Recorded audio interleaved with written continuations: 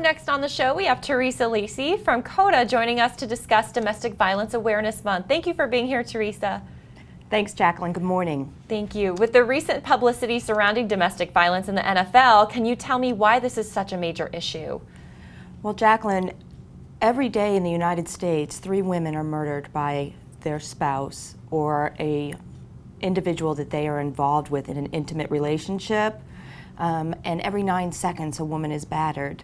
1 in 4 women in their lifetime are going to experience physical violence from an intimate partner.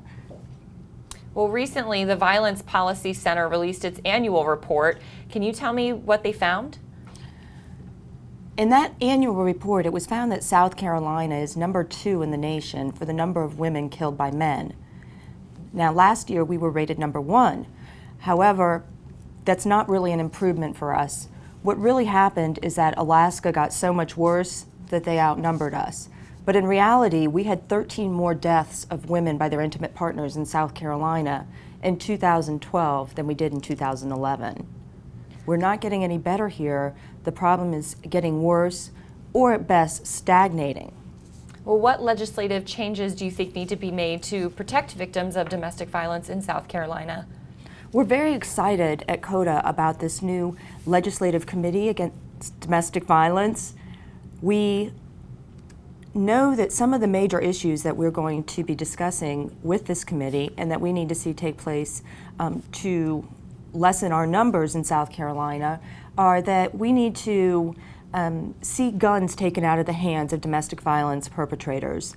And I'm not saying to take guns out of everybody's hands in South Carolina. People think that this is a fanatical change, and that's not what we're asking.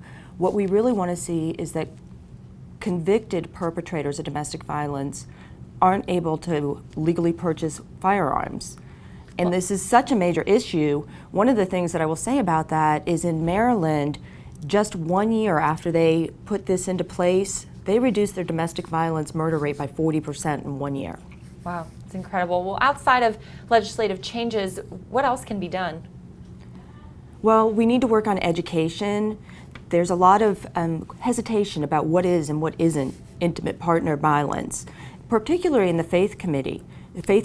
We are in South Carolina in the middle of the Bible Belt, and there needs to be an interaction and a talk between the domestic violence programs and faith leaders about what they can do to help victims in their church, because a lot of times that's the first person a victim will approach, and they're not getting the correct information about domestic violence. Well, that's incredibly helpful information, Theresa. Thank you so much for joining us and being on the show. Thank you.